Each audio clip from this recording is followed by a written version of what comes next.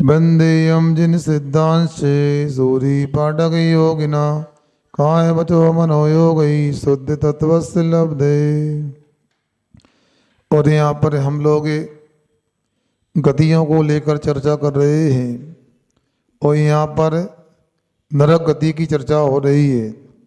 और यहाँ नरक गति में जैसा कि यति प्रसव स्वामी ने तलोय परिणति ग्रंथ में चर्चा की है, उस चर्चा को यहाँ पर आगे बढ़ा रहे हैं कि 7 पृथ्वियाँ हैं, ये तो हमने जानकारी प्राप्त कर ली। अब 7 पृथ्वियों में जो 84 लाख बिले हैं, उन 84 लाख बिलों में एक एक पृथ्वी में जो नारकी रहते हैं उनके शरीर की अवगाहना कितनी होती है, उत्कृष्ट अवगाहना कितनी होती है और जघन अवगाहना कितनी होती।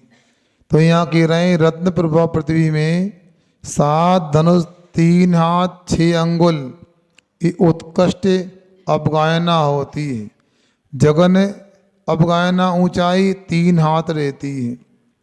शर्करा प्रभा दूसरी पृथ्वी में जो नारकियों के बेले मां नारकी जो है उत्कृष्ट से 15 धनुष 2 हाथ 512 अंगुल, 15 धनुष 2 हाथ 12 अंगुल ऊंचाई रहती है।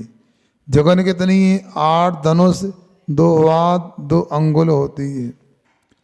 भालुका प्रभा में 31 धनुष 1 हाथ और जगन 17 धनुष 1 हाथ 10 अंगुल होती है। पंख प्रभा में 62 धनुष 2 हाथ 35 धनुष 2 हाथ 20 अंगुल जगन होती है। भूम प्रभा पृथ्वी में मतलब 5वीं पृथ्वी में 125 धनुष के नारकी होते हैं। जगन ऊंचाई वाले दी हैं तो 75 धनुष उनकी ऊंचाई होती है। तमा प्रभा में 250 धनुष होता है और जगन से 166 धनुष 2 हाथ 16 अंगुल उनकी ऊंचाई होती है। और अंतिम महात्मा नाम की प्रभा महात्मा प्रभा पृथ्वी में 500 धनुष के नारकी होते हैं। उनमें जगन नहीं 500 धनुष एक जैसी अवगाहना होती है। ऊपर स्वर्गों में तो ऐसा है ऊंचाई घटती जाती है और नरकों में नीचे नीचे ऊंचाई बढ़ती जाती है, क्योंकि जितना बड़ा शरीर होगा उतनी विशेष वेदना का प्रसंग आएगा और जो ज़्यादा जितना छोटा व्यक्ति होता है उसके पास ज़्यादा परिग्रह होता है। ऊपर के देव विशेष होते हैं, उनका शरीर वगैरह की ऊंचाई कम होती है।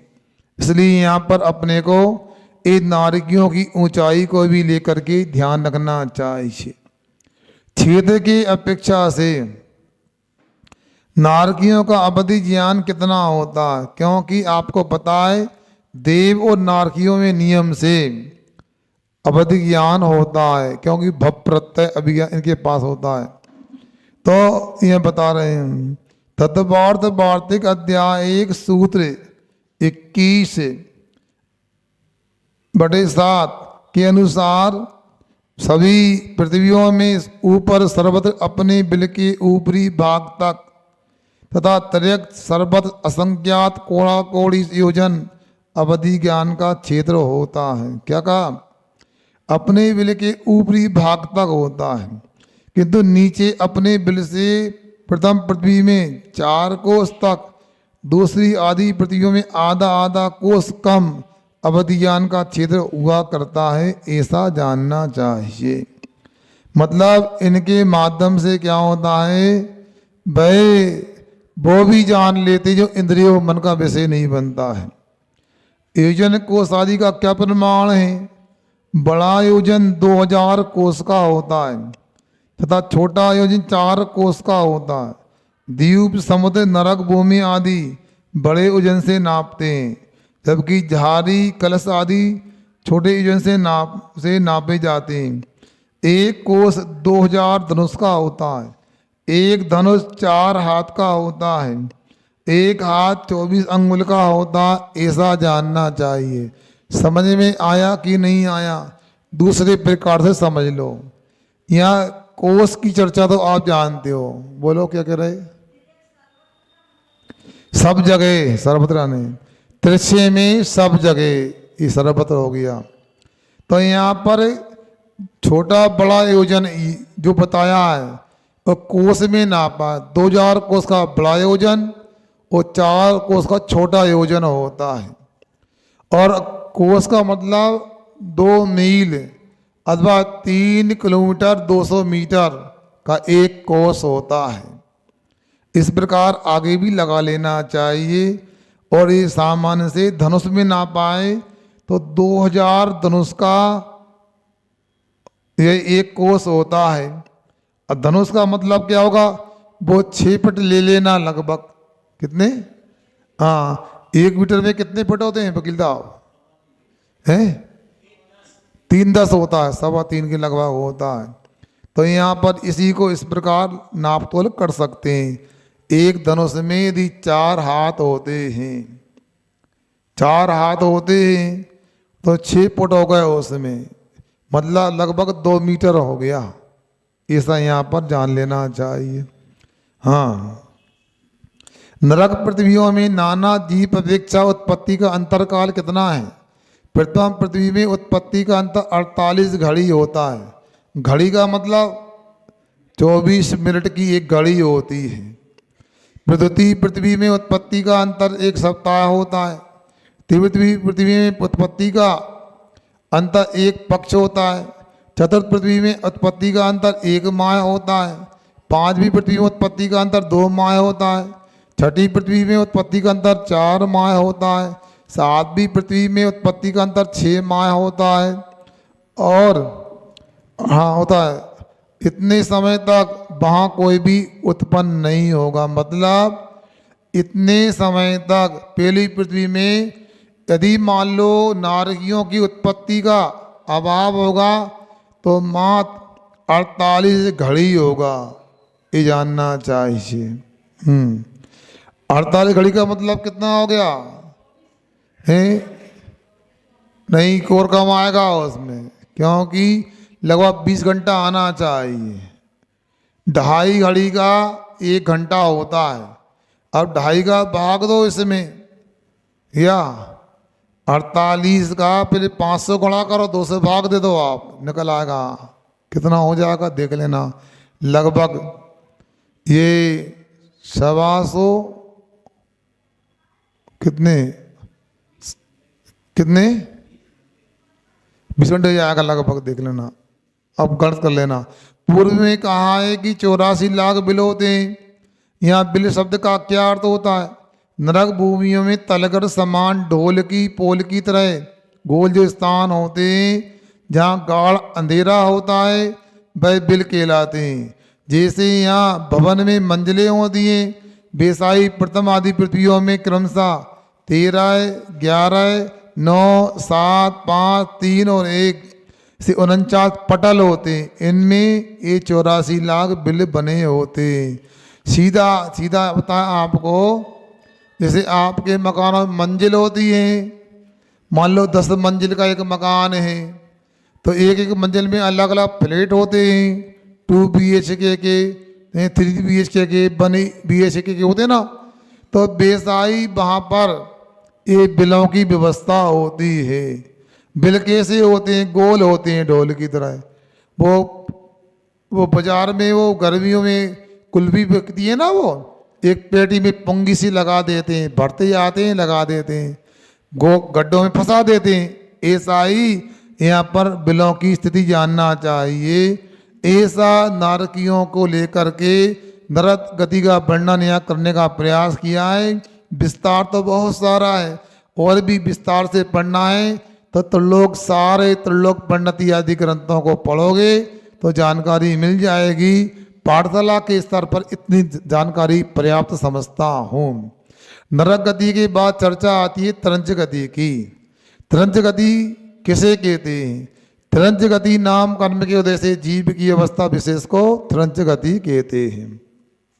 देव, नारकी और मनुष्य को छोड़कर शेष जीव त्रंच होते हैं। इनकी गति त्रंच गति कहलाती है। अथवा जिसका निमित्त पाकर आत्मा का त्रंच बहा होता है वह त्रंच गति नाम कर्म में है। त्रंच गति में कितने इंद्री तक कौन कौन से जीव आते हैं? एक इंद्री से चतुरिंद्री तक सभी जीव त्रंच ही कहलाते हैं, किंतु पंचेंद्रियों में देव नारकी और मनुष्यों को छोड़कर से सभी जीव त्रंच ही होते हैं। क्या? पंचेंद्रियों में जितने भी जीव हैं उनमें देव नारकी मनुष्यों को घटा दो, जो बचेंगे त्रंच ही बचेंगे, जैसे पशु पक्षी आदि होते हैं।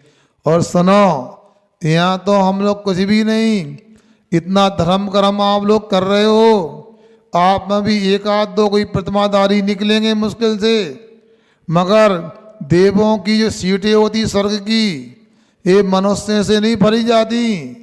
ये तो असंख्यात पंचम गुणस्थान वर्ती त्रंच होते हैं, वो देवायु का बंद करके देव गति में जाते हैं, उनसे ही स्वर्गों की पूर्ति होती है। सोचो, हम भले ही मूछे वाले कहलाते हैं, घमंड करते घमंडी होते हैं, मगर आचार्य कहते हैं कि पूछ वाले हमसे भी आगे निकल जाते हैं। हम थोड़ा सा नियम लेते हैं, बड़ी चर्चा करते हैं। कई लोग कहते हैं महाराज हमने तो जन्म से रात में नहीं खाया। कभी नहीं खाया? बिल्कुल नहीं खाया। तुम तो कह रहे, कोई कह रहे खाते हो? नहीं नहीं, हम रोटी नहीं खाते, बाकी ब्यारू करते रात में, फलाहार इसको बोलते हैं। फलाहार में क्या कहा था? बस महाराज 2 रोटी नहीं थी, सब आता है, बाकी दाल भात नहीं तो सब आता है। तो ऐसे कैसे बात बनेगी? इसलिए आप लोगों को दिखावा नहीं, त्रंचों में दिखावा नहीं होता, यथार्थ आराधना होती है। क्षेत्र की अपेक्षा त्रंचों के कितने भेद हैं? क्षेत्र की अपेक्षा त्रंचों के 2 भेद होते हैं, कर्म भूमि त्रंच और भोग भूमि त्रंच। भोग भूमि मनुष्य और त्रंचों का आहार कैसा होता है? भोग भूमि मनुष्य और त्रंचों का आहार भोजनांग जाति के कर वृक्षों से शाकाहारी भोजन प्राप्त होता है, तथा क्रूर त्रंच जीव भी शाकाहारी भोजन करते हैं, क्योंकि वहाँ पर मंद कषाय होती है। वहाँ यहाँ जैसे भाई मांस भक्षण सुरापान करने वाले लोग नहीं होते। भोग भूमि त्रंचों के कितने गुणस्थान होते हैं? भोग भूमि त्रंचों के प्रारंभ के 4 गुणस्थान होते हैं। उनके कर्म भूमियों की तरह पंचम गुणस्थान का अभाव होता है। हाँ, पूर्व भव का बेरी देव देश वृत्ति त्रंच का अपहरण करके ले आवे तो अवश्य यहाँ पंचम गुणस्थान वर्ती त्रंच संभव भी है। मतलब यहाँ ये कहा जा रहा है कि भोग भूमि में सामान्य से तो 4 ही गुणस्थान होते। कौन से?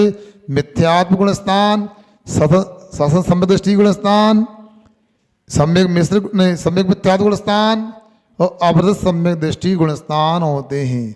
मतलब उनके पास में तद्वार्थ श्रद्धान सच्चे देव विश्वास को श्रद्धान उपलब्ध रहता है, ऐसा यहाँ कथन सिद्ध हो रहा है। मगर पंचम गुणस्थान वर्ती एकांत से नहीं जाते, देवों की सहायता से उनको वहाँ पर भी जाना होता, ऐसा जानना चाहिए। अब वहाँ पर इतना ही नहीं, महापुराण आदि की चर्चा करें तो एक बात और सुनने मिलती है पढ़ने को कि बजरंग कौन थे? बोलो कौन थे, बताओ। बजरंग बजरंग कौन थे? ऋषभ देव के पूर्व पर्याय में थे, राजा थे। और श्रीमती कौन थी? हैं? ऋषभ में राजा श्रेयांश का जीव था। आदित्य भगवान की पत्नी नहीं, बजरंगी पत्नी का। दोनों आहार दान को देख करके जिन्होंने सागर सेन और दमदर नाम के मुनियों को, युगल मुनियों को आहार दिया था, जंगल में कांतार चर्या करने आए थे और उनको आहार दिया गया था, उससे ऐसा पुण्य का संचय हुआ, उन्हें उत्तम भोग भूमि उत्पन्न होने का सौभाग्य मिला। क्या सुन रहे? महाराज उधर मत जाओ, वहां चौका नहीं है। हमारा उधर का ही नहीं है, हमें तो क्या करें? हम कोई जरूरी थोड़ी है कि लाइन एरिया में तो यहीं पर हार चर्या करेंगे। हम नियम लेंगे पुरानी इटारसी में कोई पड़ खाएगा तो हार करें। अरे महाराज यार व्यवस्था नहीं बिगाड़ो।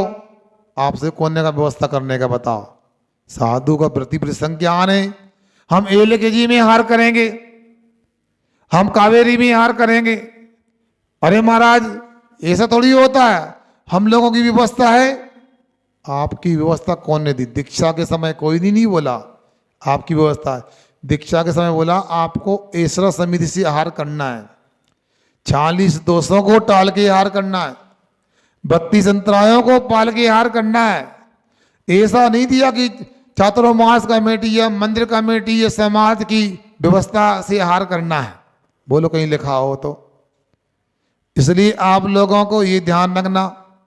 तो वो देखो मुनिराज अपना काम करते हैं तो श्रावक को अपना काम करना चाहिए। अब जंगल में बताओ, पशुओं को तो दाना पानी खाने को नहीं मिलता समय से हमेशा, साधु को आहार कैसे मिल जाएगा? आदर्श भाई क्या व्यवस्था है? नियम ले ले, पुरानी इटारसी में आहार करना है, क्या होगा? बोलो। अचानक बिना बताए। सुनो, ये हम लोगों को कर्म के ऊपर विश्वास करना चाहिए। साधु का दान अंतराय कर्म का नहीं, श्रावक का दान अंतराय कर्म का क्षय उपशम होगा और मुनि का लाभ अंतराय कर्म का क्षय उपशम होगा। तो जंगल में भी व्यवस्था बन जाएगी अपने आप। व्यवस्था बनाई नहीं जाती, व्यवस्था अंदर में होती है। अब देखो ना, जब नियम है कि पंचम गुण स्थान वर्ती भी भोग भूमि में नहीं जाते हैं, तो मुनियों की बात कैसे संभव हो सकती है? मगर वज्रजंग और श्रीमती का जीव मर करके भोग भूमि उत्पन्न हुए और वहां उनके पुण्य से आचार्य प्रीतिंकर महाराज पहुंच गए। उनका उपदेश भी हुआ। उपदेश सुन करके खाली भी नहीं गया और दोनों को अनादि के मिथ्यात्व का उपशम आदि का लाभ मिल गया और दोनों के दोनों सम्यक दृष्टि हो गए। मतलब जो ऋषभदेव तीर्थंकर बने, जो राजा श्रेयांश दान तीर्थ के प्रवर्तक बने, इनकी भूमिका तैयार हो गई। पहले थोड़ी भूमिका दान देकर बनी और रही सही थी तो वह सम्यक दर्शन प्राप्त करके और पक्की हो गई। सोच लो। इसलिए अपने लिए पुरुषार्थ करना चाहिए। कब क्या लाभ मिल जाए असंभव कुछ नहीं है। कल मैंने एक जगह पढ़ा था कि कोई भी समस्या का समाधान चिंता करना नहीं है। दीपक कुमार जी, कोई भी चिंता का समाधान चिंता करना नहीं है, कोशिश करना है। कोशिश करो समाधान होता है। मगर हम लोग क्या होते हैं, चिंता करने में, रोने बिलखने में समय खराब कर देते हैं। प्रयास तो करो, उसमें क्या दिक्कत है? मगर हम लोग सुनते हैं, मगर थोड़ा प्रयास करें तो अपने लिए उसका लाभ मिल सकता है। तो यहाँ पर भोग भूमि को लेकर अपनी चर्चा चल रही है। क्या भोग भूमि में विकल चतुष्क पाए जाते हैं? मतलब सामान्य से तो इनका अभाव ही रहता, लेकिन पूर्व भव के बेरी देव अपहरण करके यहाँ ला सकते हैं। सामान्य पंचेंद्रिय तरंजों के कितने भेद होते हैं? सामान्य पंचेंद्रियों के 3 भेद होते हैं, जलचर, थलचर और नभचर। हाँ, जल में रहने वाले जीव जलचर के रहते हैं, जैसे मछली मगर आदि। जमीन पर रहने वाले जीव थलचर के रहते हैं, जैसे हाथी घोड़ा शेर चीता आदि। आकाश में उड़ने वाले जीव नभचर के रहते हैं, जैसे कौवा कोयल तोता आदि। भोग भूमि पंचेंद्रिय तरंजों के कितने भेद होते हैं? भोग भूमि पंचेंद्रिय तरंजों के 2 भेद होते हैं, थलचर और नभचर। वहाँ जलचर जीव नहीं होते। भोग भूमि में जलचर जीव नहीं होते क्योंकि स्वयंभू रमण समुद्र, लवण समुद्र, कालोदी समुद्र में कर्म भूमि संबंधी जलचर जीव होते हैं और शेष समुद्र में जगन भोग भूमि होती है। परंतु वहाँ जलचर जीव कदापि नहीं होते, नहीं, विकल चतुष्क जीव होते हैं। क्या कहा?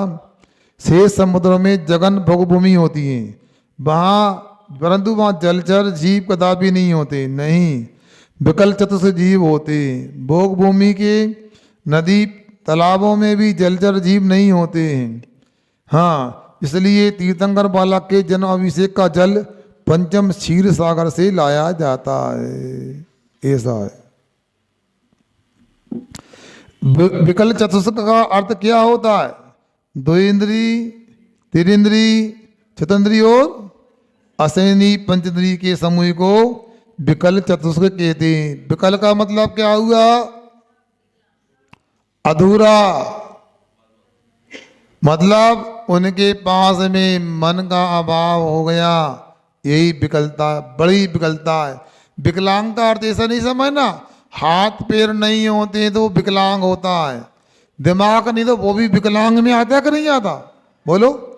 कोई मानसिक विक्षिप्त होता है, दिमाग काम नहीं करता, मंदबुद्धि होता, उसको भी विकलांग में लिया जाता है। इसलिए विकल चतुष्क के बारे में अपने को यहाँ समझना चाहिए। त्रिंज गति में कितने दुख होते हैं? त्रिंज गति में निम्नलिखित दुख होते हैं। यथा निगोद अवस्था का दुख, श्वास के 18वें भाग में ही जन्म मरण दोनों का दुख होता है। क्या कह रहे? यहाँ ये बताया जा रहा है कि निगोद अवस्था में जीव जन्म लेता है और जन्म लेकर के मर जाता है। एक श्वास लेने में जितना समय लगता है उतने समय में वह 18 बार जन्म ले लेता है और 18 बार मरण कर जाता है। सोचो, हम लोगों को ऐसा लगता है अब तो कभी हमारा मरण नहीं होगा, मगर मरण तो होगा। वह भी कैसा? निगोद परिया जैसी अवस्थाओं में 18 बार एक श्वास में मरण होता है। मूलाचार आदि में चर्चा की गई है कि मरण से बड़ा कोई भय नहीं होता है और जन्म से बड़ा कोई कष्ट नहीं होता है। अब सोच लो, विचार करो, निगोद में यही होता रहता है, जन्म मरण, जन्म मरण, जन्म मरण। कितना कष्ट होता होगा उनको भी लगता है। आप पूछ सकते हो, कह सकते हो, महाराज जी एक इंद्री का मन होता नहीं है, कान होते नहीं है, आँख होती नहीं, उन्हें ना सुनने में आता कि तुम मरोगे, ना देखने में आया कि कोई मारने वाला है, न मन है, तो फिर उन्हें भय और कष्ट क्यों होता है? देखो, याद रखना, अब तो आज के वैज्ञानिक भी बोलने लगे एक इंद्री में भी भय आदि होता है। अभी कोई समाचार पत्र में आया था कि वैज्ञानिक लोगों ने किसी यंत्र के माध्यम से पता लगाया है, जैसे ही कुल्हाड़ी लेकर कोई व्यक्ति आता और पेड़ में कंपन होने लगती है, पौधा कपने लगता है। और इस बात को आप लोगों भी जानते हो, अनुभव भी किया होगा। एक गमले में पौधा लगता है, कौन सा? छुई मुई। अब वो क्या होता है, उसके पास उंगली ले जाओ तो मुरझा जाता है, अपने को कछुओं की तरह समेट लेता है अपने को। आखिर ये कैसे पता लगा उसको? इतना ही नहीं, शुद्ध ज्ञान भी सोचते हैं मन के बिना कैसे होगा शुद्ध ज्ञान? एक इंद्रिय में भी शुद्ध ज्ञान होता है। सोचो, विचार करो कैसे। ये अद्भुत बात है, जैन शास्त्रों में ही मिलेगी पढ़ने सुनने के लिए। लोग शुरू में स्वीकार नहीं करते, उनका दुर्भाग्य, बाद में स्वीकार करते ही। तो हमने पढ़ा कि एक इंद्रिय में वनस्पति आदि में शुद्ध ज्ञान कैसे अपने को समझ में आएगा, या उनका इंद्रियों का विषय कैसे होता है? तो जैसे पहले आया था ना, एक इंद्रिय में स्पर्श का विषय कितना 400 योजन होता है, नहीं 400 धनुष बताया था। तो वो कैसे हुआ? तो पता लगा जैसे एक कोई वनस्पति होती, नाम याद नहीं आ रहा, वो वनस्पति की जड़ें उसी तरफ जाती हैं जहाँ धन गड़ा होता है, खजाना होता है। कहाँ है? अब यही बात है, अपने को थोड़ी मिलेगी। इसलिए सोच लो, विचार कर लो। एक इंद्रिय के भी परिग्रह संज्ञा होती है, श्रुत ज्ञान का चौसम होता है। इसलिए हमको ही पता लगता है जन्म मरण का, ऐसा नहीं, प्रत्येक जीव को अनुभव हो जाता है। मैं एक दिन न्यास कॉलोनी जा रहा था और वो बकरा कटने के लिए तैयार था और बेल बाजार में खड़ा था और पेड़ से बंधा था, बहुत जोर से चिल्ला रहा था। मुझे समझ में आ गया कि देखो ये आज जो लोग पापी लोग काटेंगे इसके लिए, और इसे आभास हो गया, चिल्ला रहा है। सामान से बकरे वगैरह कहाँ चिल्लाते हैं, उन्हें पहले से लगने लगा बकरे को कि मेरा जीवन समाप्त होने वाला है। क्या ये होता? इसलिए सब जगह संवेदना होती है, तो अपने को भी सावधान रहना चाहिए। एक श्वास में 18 बार जन्म और मरण अपना भी हुआ है, एक बार नहीं अनंत बार हुआ है। ये मात पढ़ना नहीं, अनुभव करना है। कल मन में आ रहा था, ठंडी का समय था, आज भी है। देखो कोई मुनि महाराज होते हैं, कोई त्यागी वृत्ति होते हैं, वो कुछ भी नहीं जानते, अनपढ़ भी हो, मान लो थोड़ा बहुत भी ज्ञान ज़्यादा ना हो उनके पास, फिर भी लोग नमोस्तु नमोस्तु करते हैं, आहार देते हैं, नमोस्तु करते हैं, सेवा करने आते हैं, सब सम्मान करते हैं। अब कोई पंडित जी हो, चोटी का विद्वान हो, उन्होंने सर्वार्थ सिद्धि तत्वार्थ PhD कर ली हो, और 2-4 PhD भी कर ली हो, मान लो, उनका क्या होता है बताओ? बोलो, उनको पंडित जी को क्या करते हैं आप? और यदि मान लो पता लगे होटल में भी खाते हैं, आलू प्याज भी खाते, तो फिर तो कहना ही क्या है, बात भी ना करो, जय जिनेंद्र भी ना बोलो, कि आगे पंडित जी बताओ, हैं आलू प्याज के ना भोजन नहीं होता। जब देखो होटल में मिलते हैं खाने पीने के लिए। अब सोचो किसकी पूजन होती है? ज्ञान की नहीं है, गुणों की पूजन होती है, संयम की पूजन होती है, चारित्र की पूजन होती है। कल मैं पाक्षिक प्रतिक्रमण कर रहा था, उस प्रतिक्रमण में बहुत से पद आते हैं, नमो ओई जलालम, हे नमो परमोई जलालम, नमो सब्बोई जलालम, हे नमो मन प्रजय रानी नम। अभी ये क्या है?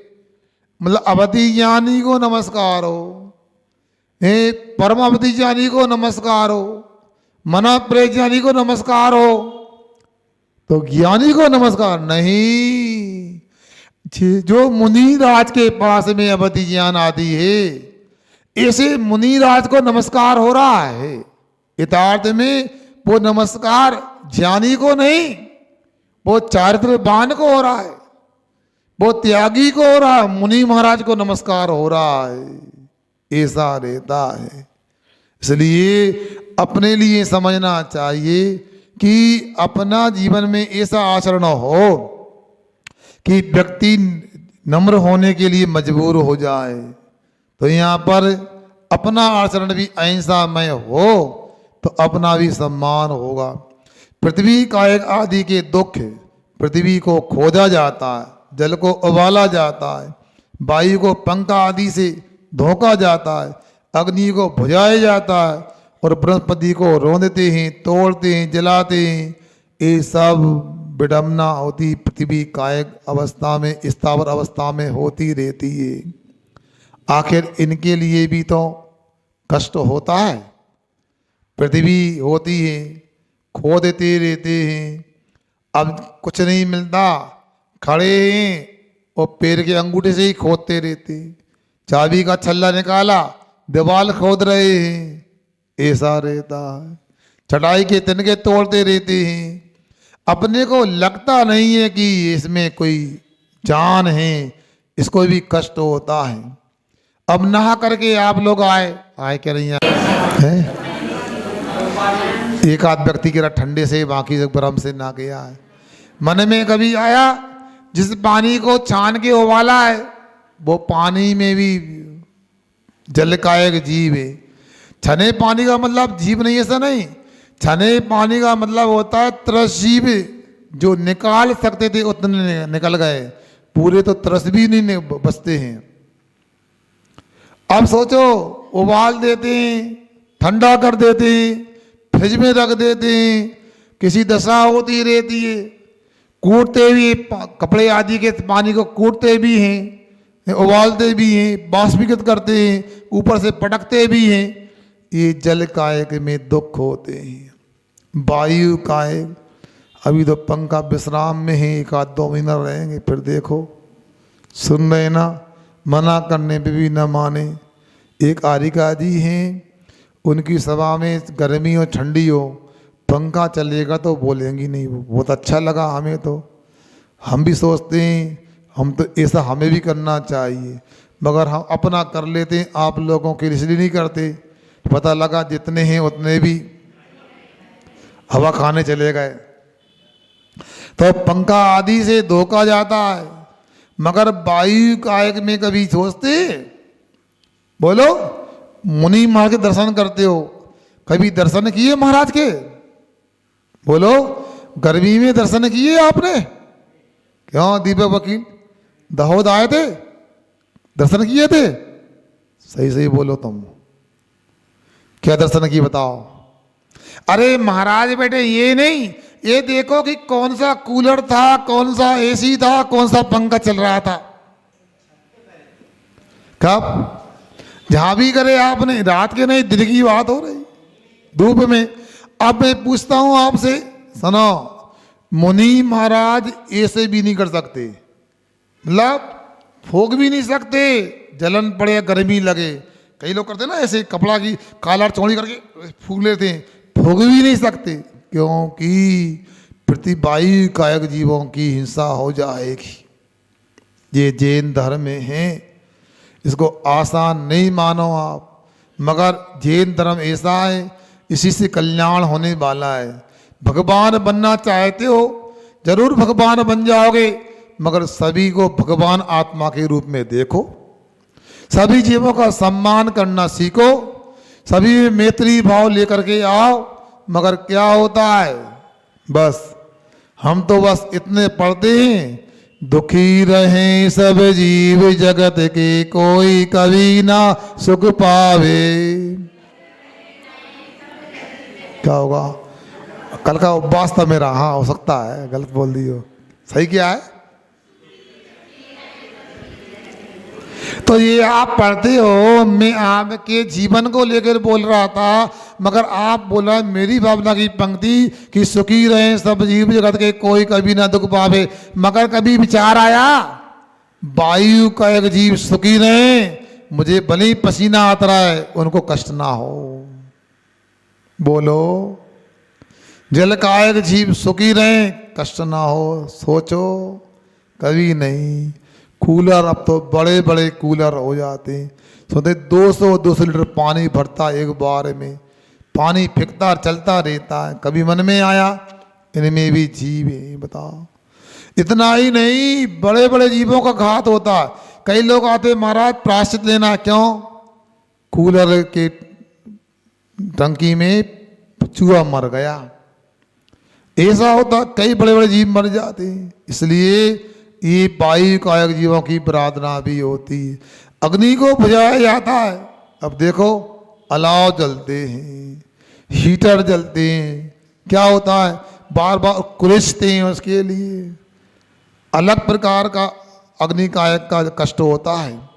वनस्पति रोंदते हैं, काटते हैं, जलाते हैं, तोड़ते हैं, पीसते हैं, नाना प्रकार से कष्ट होता रहता है। कुछ नहीं होता, घूमने जाते हैं, बाजू में झाड़ी लगी, पत्ती तोड़ी, वो छूर रहे हैं उसके लाने, क्या है? ये चलता रहता है। अनेक प्रकार की सलाद चाहिए, मन से सलाह किया करो कि आखिर सलाद खाने से क्या होने वाला है। और है नानी तो ये अरुण भैया की वो सलाद भी सामान से नहीं, क्या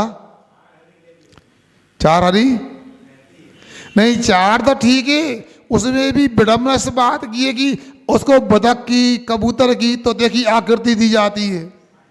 बताओ क्या है, शादी विवाह में होता है। संकल्प भी हिंसा करते हैं। सोचो, इसलिए इन सब के कष्टों को चिंतन में लाओ तो अपने को भी संवेग भाव की वृद्धि होगी।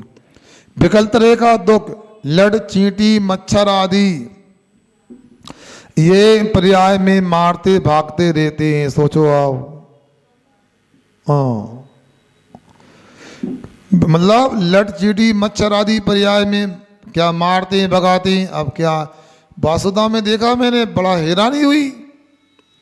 एक बच्चे के हाथ में एक बल्ला था, रैकेट जिसको बोलते हैं, उनका बैडमिंटन का बल्ला होगा दे, तो तत्काल देखा उसने ऐसे मारा, उसमें बिजली चमकी, तो पता लगा महाराज इसमें करंट होता है, मच्छर मारने के लिए होता है।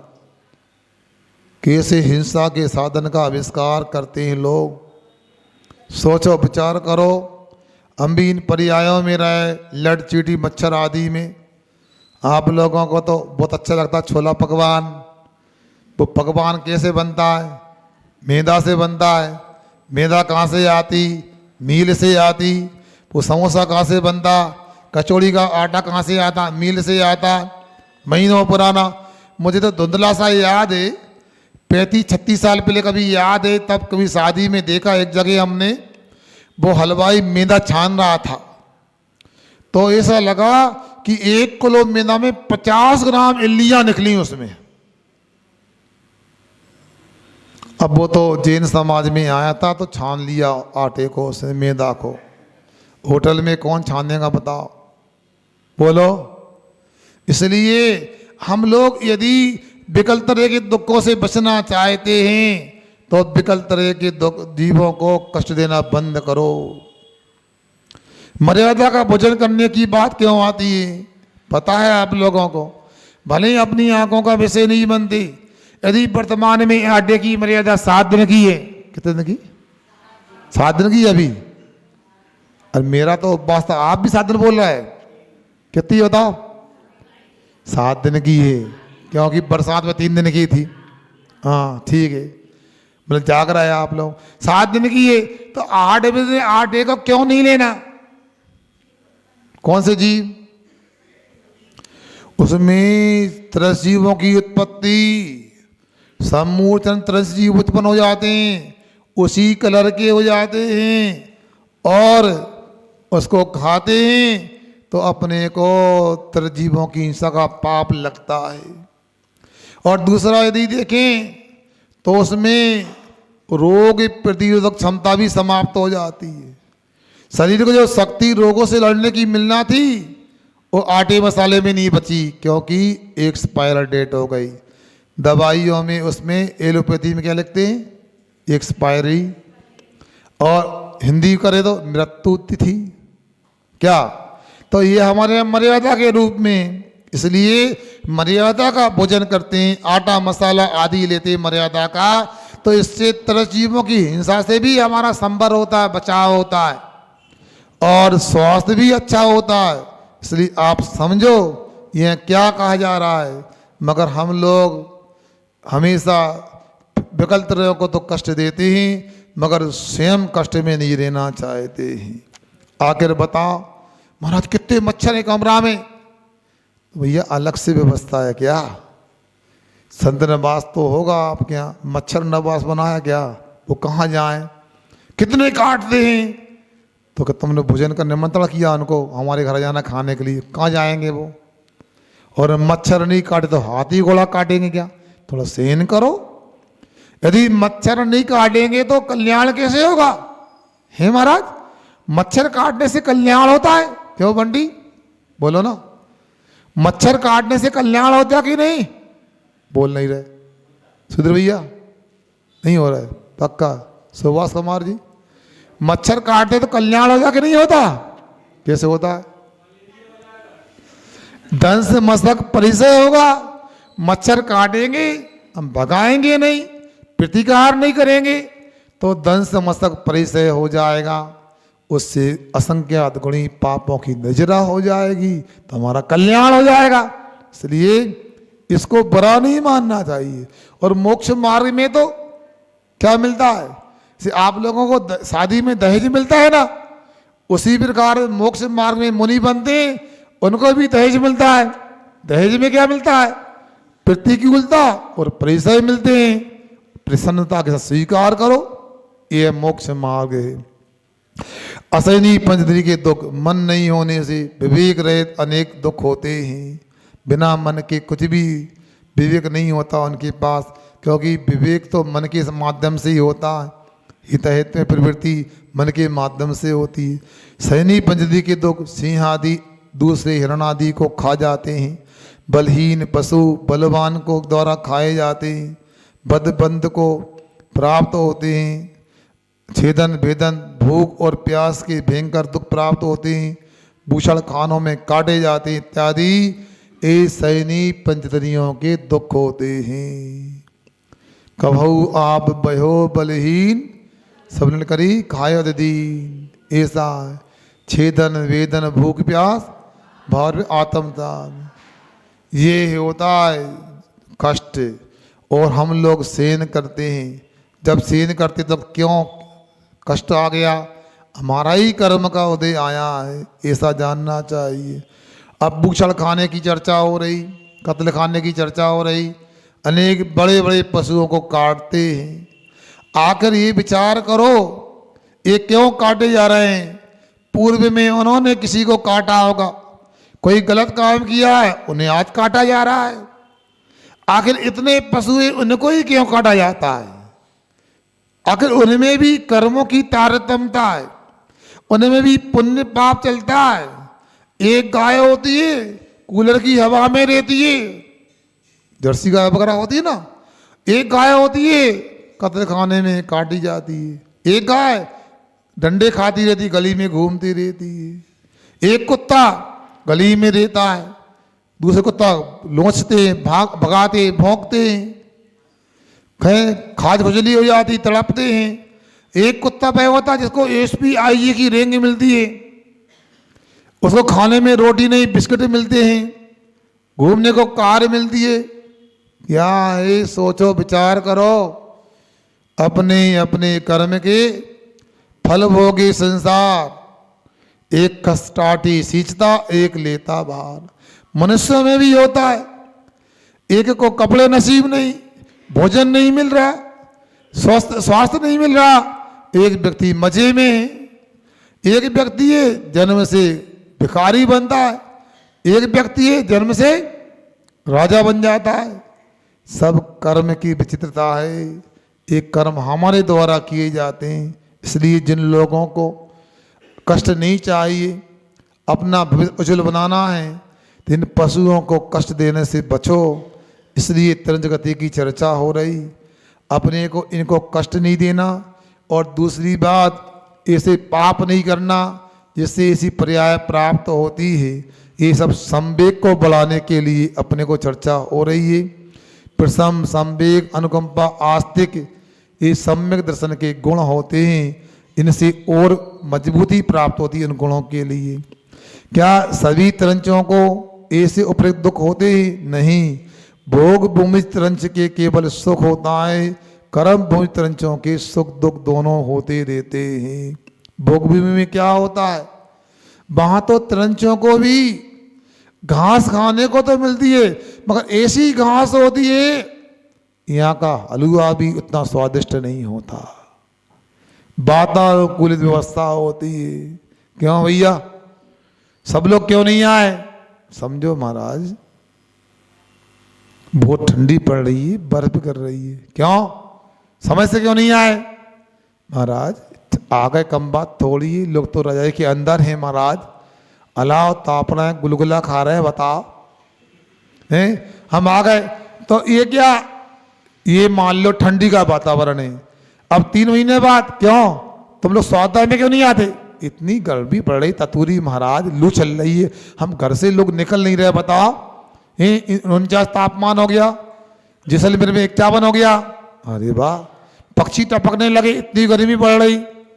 तो ये कर्म भूमि में दुख होता है, सुख होता है। भोग भूमि में ना सुख होता ना दुख होता है, सामान्य वातावरण रहता है। सुख तो होता है इंद्रिय सुख, दुख बिल्कुल नहीं होता। यहाँ पर भी आचार्य श्री सुनाते हैं, दक्षिण में कर्नाटक में वहाँ एसी ना ठंडी पड़ती ना गर्मी। उत्तर में चले जाओ गर्मी ठंडी बढ़ती जाती है, दक्षिण में जाओ कम होती जाती है। वो कहते मई जून में भी आप बिहार दोपहर में 2 बजे भी कर सकते हो, ऐसा वातावरण रहता है। सबका अपना कर्म का उदय है, मगर समता से सहन करना। कई लड़के कहते महाराज ये मौसम कब तक रहेगा, तो मौसम को मत देखो, अपना काम करो। महाराज उपवास नहीं करो, ठंडी पड़ रही, आओ फिर गर्मी पड़ेगी, अभी नहीं करो गर्मी पड़ रही। फिर बरसात में थोड़ी उपवास किए जाते हैं, तो क्या करें, खाते रहे। ये सब अपना काम अपने को करना है।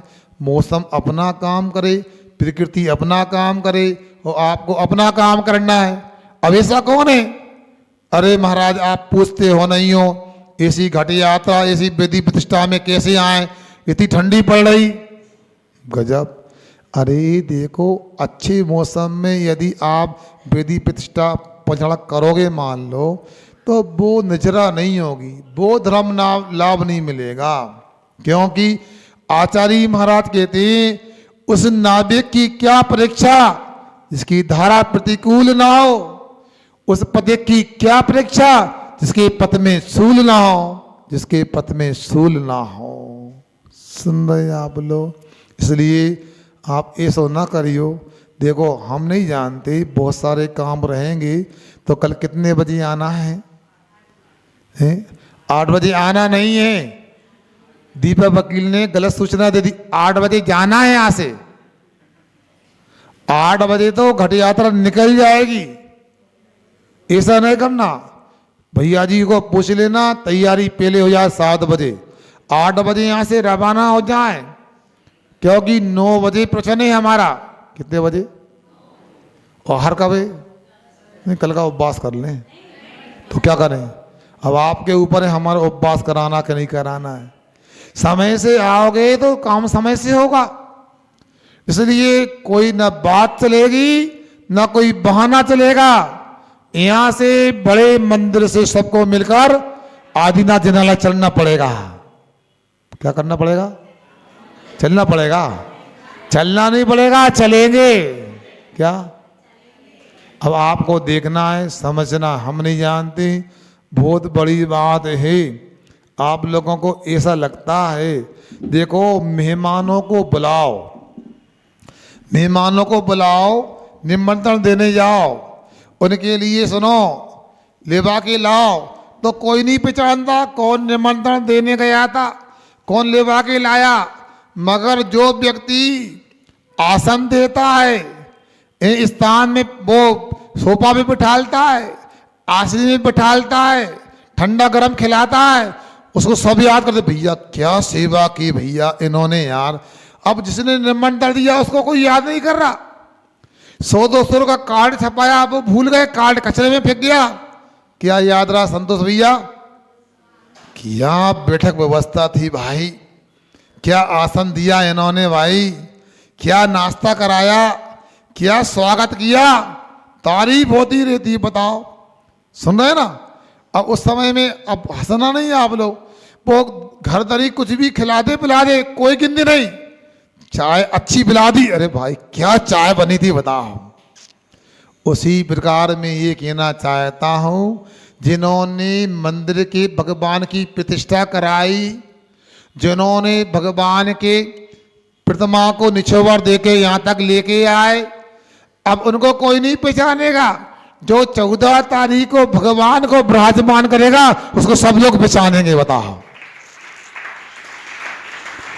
और अपने को याद रखना, वो घट यात्रा से लेके भगवान के हवन तक जो जो कार्यक्रम होगा उसमें आपको उतना ही लाभ मिलने वाला है जितना पंच कल्याण में प्रतिमा को प्रतिष्ठित करा के लाभ प्राप्त किया था आपने। क्यों? सुनो, हमारे बोलने से ताली नहीं बजाओ, समझो, पूछो क्यों ऐसा मिलेगा। इसलिए मिलने वाला है, इसलिए आपको लाभ प्राप्त हुआ। क्योंकि जितनी सुंदर वेदी बनाई और आसन दिया, कमल तैयार किए, और जितनी विशुद्धि से आप भगवान को विराजमान करोगे उतनी ही विशुद्धि से लोग अभिषेक पूजन करने आएंगे। एलके जी का मंदिर तैयार हो रहा था तो मेरे सामने तो बहुत सारे लोग आते नहीं थे, आपस में काना फूसी करते रहते थे। अब महाराज लगे हैं, अब वो सुभाष संगे हो गए हैं उनके, अब कौन दर्शन करे हुए आएगा, कौन अभिषेक पूजन करेगा, बताओ। वो तो जंगल में मंदिर बना रहे हैं, सुन रहे ना। और उन कहने वालों से मुझे बुराई नहीं है, मेरी कुंडली में लिखा है क्या, बाद में समझ में आता है। कई लोगों को तो और समझ में बाद में आएगा जब मैं चले जाऊंगा यहाँ से, कि महाराज ठीक बोल रहे थे भैया, गलती हो गई, अब क्या करें। बात अलग है, अपनी गलती को स्वीकार भी नहीं करते, हमारे सामने गलती हो गई, फिर समझ में आएगा। अब कल रिपोर्ट आई थी, कल कम से कम 20 लोगों ने एलके जी ने अभिषेक पूजन किया। सोच लो, विचार कर लो। इसलिए आप लोगों से कहना चाहता हूं, मंदिर की प्रतिष्ठा, वेदी की प्रतिष्ठा, भगवान की प्रतिष्ठा का भी अपना महत्व होता है। जितनी विशुद्धि से आप भाई न्यास कॉलोनी के मंदिर की वेदी प्रतिष्ठा कराओगे, उतना धर्म लाभ आपको मिलने वाला है। अरे कभी कभी ऐसा होता है, भगवान को देख करके भी समदर्शन होता है, कभी भगवान की आसन वेदी को देख करके भी मन बन जाता है, पूजन कर लो उसे भी समदर्शन हो जाता है। क्या सुन रहे। अब अच्छा भोजन हो और टूटी थाली हो, मान लो गंदी हो, साफ ना हो, कैसा लगता खाने में है। थाली भी अच्छी होना चाहिए ना, तो थाली भी ये सब पटक दो, वो भी मजा नहीं आता। सम्मान से थाली रखी जाती है। उसी प्रकार वेदी प्रतिष्ठा का अपना बड़ा महत्व होता है। सब लोगों से मैं बोल रहा हूँ, ये 3 दिन का कार्यक्रम जो कल से प्रारंभ होने वाला है, वो पंचकरण से कम मत आंकना। आप लोग जितना लाभ ले सको ले लेना। कल दीपक भैया ने बोला था विधान में खड़े होने वालों के लिए कि आप लोग खड़ा होना, आप चिंता राशि की नहीं करना, हमसे मिल लेना, आपको आना है, कुछ नहीं करना। ये तो व्यवस्था के लिए दीपक भैया को ये लगा किसी को निर्माल का दोष ना लग जाए, तो द्रव्य की व्यवस्था वो कर रहे थे। बाकी आपको सबको आना है। हम नहीं जानते, वहाँ न्यास कॉलोनी के मंदिर के दोनों हाल छोटे पड़ जाना चाहिए, इतने याग मंडल में खड़े होना चाहिए। और कल की घट यात्रा ऐसी दिखना चाहिए, इटारसी के नगर वालों को लगे कि दोबारा जैन समाज के पंच कल्याणक आ गए। हाँ, इसलिए समय से 7:30 बजे आप तैयार हो जाना। जो भी दिव्य घोष आदि की व्यवस्था किए, जो भी व्यवस्थाएं हम नहीं जानते, 8 बजे मतलब 8 बजे जानते हो, 7:59 60वें सेकंड पर यहाँ से रवाना हो जाएं। विलंब ना करें तो महती प्रभाव ना होने की पूरी संभावना है। और चिंता मत करना, एक संस्मरण लास्ट में सुना के छोड़ देता हूँ। मनेन्द्रगढ़ है बैकुंठपुर जिले में, छत्तीसगढ़ में, वहाँ मंदिर का शिलान्यास होना था। हमने विधान कराया और हमारी जिद थी विधान सड़क से करना है, खुले में करना है, और पानी गिर गया। अचानक 3 दिन पहले से पानी गिरने लगा, सड़क भी गीली, चटाई भी नहीं बिछा सकते, क्या करना है। अब महाराज आप कैंसिल करवा दो। कैंसिल नहीं हो, विधान तो होगा, सड़क पे होगा, पानी गिर रहा है, आप चिंता ना करो। फिर आ गए, सामयिक का समय, सामयिक करने दो। फिर बुलाने आए, इनकी क्या होता बताएंगे सामयिक के बाद। सामयिक के बाद लेने आ गए, जुलूस के साथ में चले महाराज, घट यात्रा निकलना है, भगवान को ले चलना है। हमने कहा सब आँख बंद करो, 9 बार रमोकाल मंत्र पढ़ो। सबने आँख बंद की, 9 बार रमोकाल मंत्र पढ़ा। बाहर देखो धूप आ गई थी। फिर क्या हुआ, फिर हमने कहा थोड़ी लंबी घट यात्रा निकालना है, और 2-3 रोड पे लंबी घट यात्रा निकाली। पंडाल में पहुंचे, पंडाल सूख चुका था, चटाई बिछ गई थी। और सानंद 8 दिन का विधान हुआ और शिलान्यास हुआ, लाखों रुपयों की वर्षा हुई। इसलिए मैं आपसे पुनः कह रहा हूं कि विशुद्धि बढ़ाओ, कल और अच्छा आनंद आने वाला है। अहिंसा परमो धर्म की। हाँ।